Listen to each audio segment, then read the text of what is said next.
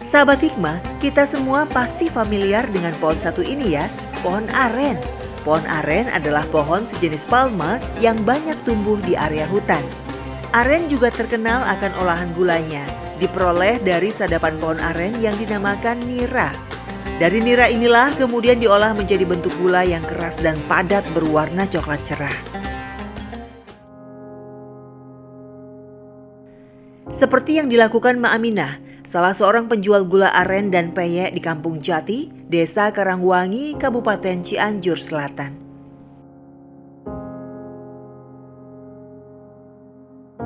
Ayo Neng, orang angkat. Di usianya yang saat ini sudah mencapai 80 tahun, Ma Aminah masih tekun berjualan keliling. Ia biasanya membawa 10 ikat gula merah dan 50 bungkus peyek goreng dengan menggunakan 2 jinjingan keranjang besar.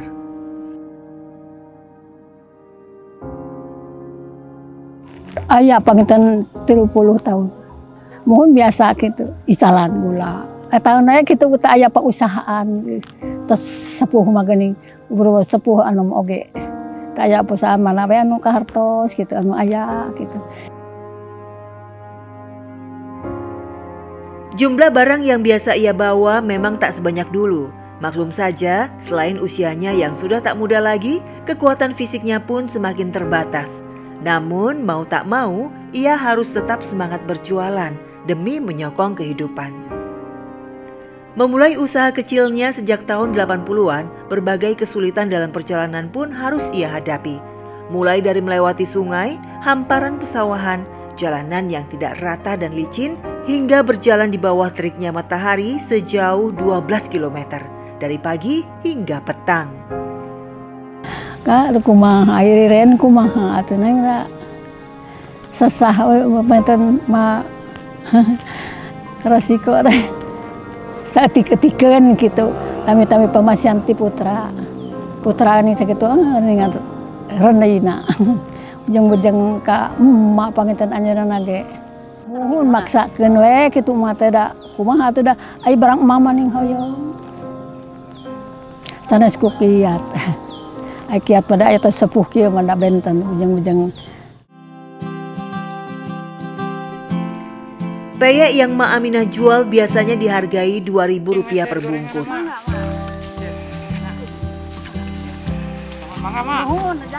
Sedangkan untuk 1 ikat gula aren seharga Rp15.000. Jika sedang beruntung atau ada langganannya yang memesan banyak gula, Mak bisa menjual hingga 4 ikat gula sekaligus. Sebaliknya, jika sedang sepi, ia harus berkeliling lebih jauh hingga jualannya habis.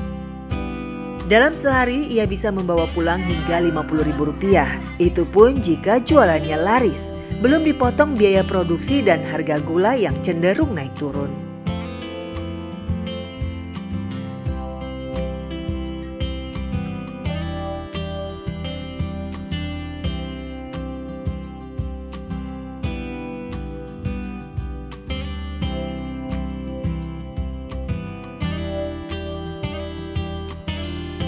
Di sela-sela waktunya berjualan, Mak tak pernah lupa menjalankan sholat 5 waktu.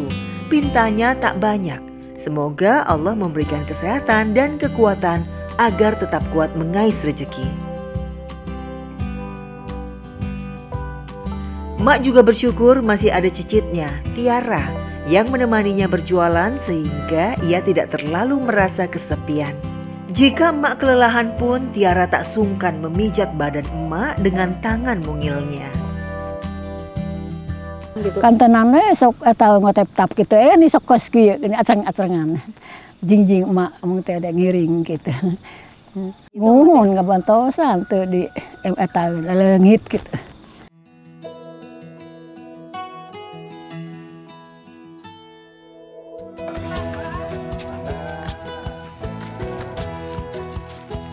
Untuk menghemat dan memotong biaya pengeluaran, dalam membuat peyek sendiri, emak biasanya memberikan beberapa ikat gula merah untuk ditukar dengan bahan ke warung langganannya. Kadangkala, emak juga menitipkan peyek yang masih tersisa dan dijual dengan harga yang lebih murah.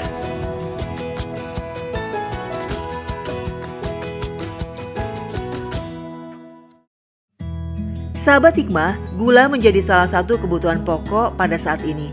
Namun di balik kegunaannya, ada proses panjang untuk mendapatkan bahan utamanya, yaitu nira. Seperti yang dilakukan Abah Bana, 75 tahun, yang berprofesi sebagai penyadap. Ia biasa menyadap pohon aren 2 kali sehari, yakni pagi dan sore hari. Berbekal bambu penampungan air nira atau biasa disebut juga lodong, Abah Bana menuju lokasi pohon aren yang sudah siap panen.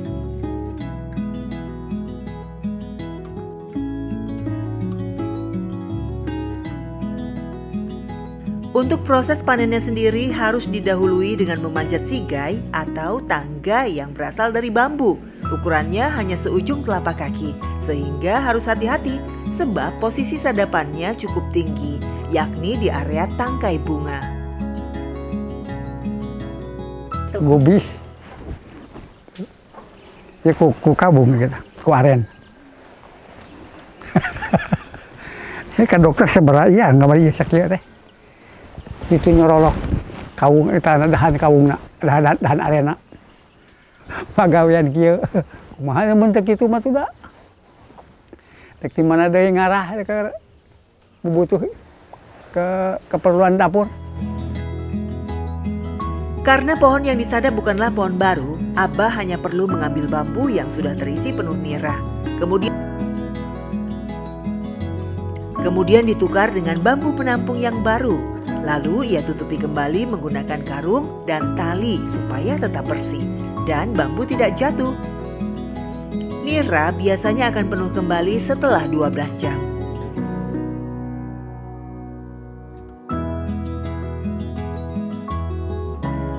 Disinilah Ma Aminah biasa membantu Abah sebagai buruh lepas. Ia membawa bambu yang berisi nira untuk diolah menjadi gula di rumahnya.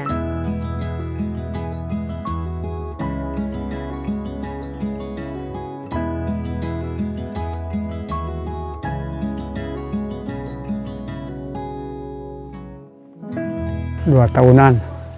Ridho lillahi ta'ala tak gitu tak.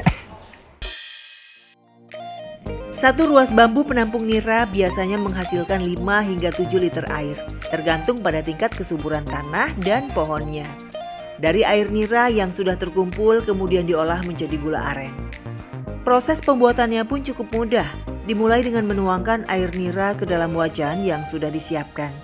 Nira kemudian direbus beberapa lama dengan api yang sedang, biasanya sekitar 1 hingga 2 jam. Cairan gula juga harus sering diaduk selama proses perebusan, supaya tidak gosong dan mencegah hasil gula terasa pahit. Aya panginten 2 jam gitu Kak, eta ai seueur mah gitu. Eta nana lahangna. Nya ditaheurkeun, ditaheur. Terus di suluhan, rada seueur suluhna sae. Suluhna engal. Ieu eta awi di eta colobong. Terus dijahit. Gula yang hampir mengental dan berwarna kemerahan kemudian diaduk dengan cepat. Jika telah mengental, cairan gula dituang dalam cetakan dan ditunggu hingga mengeras kurang lebih 10 menit. Untuk cetakannya biasanya masih menggunakan potongan bambu berbentuk silinder dengan menggunakan ukuran berbeda. Cetakan tradisional itu sebelumnya harus sudah seharian digunakan, supaya nantinya gula mudah dikeluarkan dan tidak menempel. Ditaher, digolakkan, terus diganukan. Sekedikit 2 jam. Yang diguis gula, tak turun di kira pengker, nanya tah. Tuh ada tuh di situ ke diwadahan karena ganuan disebutnya tadi dia mah, karena ukuran gitu. Gula yang sudah padat dikeluarkan dari cetakan, lalu dibungkus menggunakan pelepah daun kelapa yang sudah kering. Dalam satu ikat gula yang siap dijual, berisi 8 buah gula berukuran sedang, yang dibanderol seharga Rp10.000 dari tangan pertamanya. Akhirnya dia murah. Kumaha pun jadi ke 12.000, 10 perkara mah. Teu anger dak teh. Gula mah teu anger dia mah. Teu anger harga. Paling murah tes 8.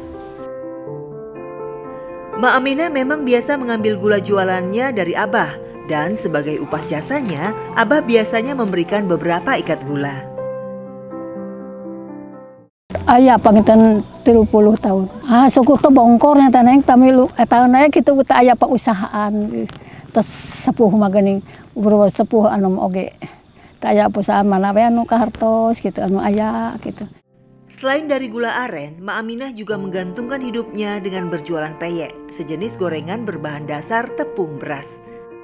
Jika banyak masyarakat mulai beralih ke tempat penggilingan, sebaliknya dengan Mak Aminah yang memilih menumbuk berasnya sendiri menggunakan lesung dan alu. Prosesnya memang memakan waktu lebih lama dan dibutuhkan tenaga yang ekstra. Namun proses tradisional ini mampu memangkas biaya produksi. Tangan mak pun harus bergantian menumbuk karena pegal. Ada salit, aya 50 bungkus gitu. Ditutuane kumaha. Sesekali beras yang sudah hancur menjadi tepung diayak menggunakan penyaring untuk memisahkan butiran yang masih kasar. Bahan utama yang dibutuhkan dalam pembuatan peyek diantaranya tepung beras, udang rebon, dan kacang tanah.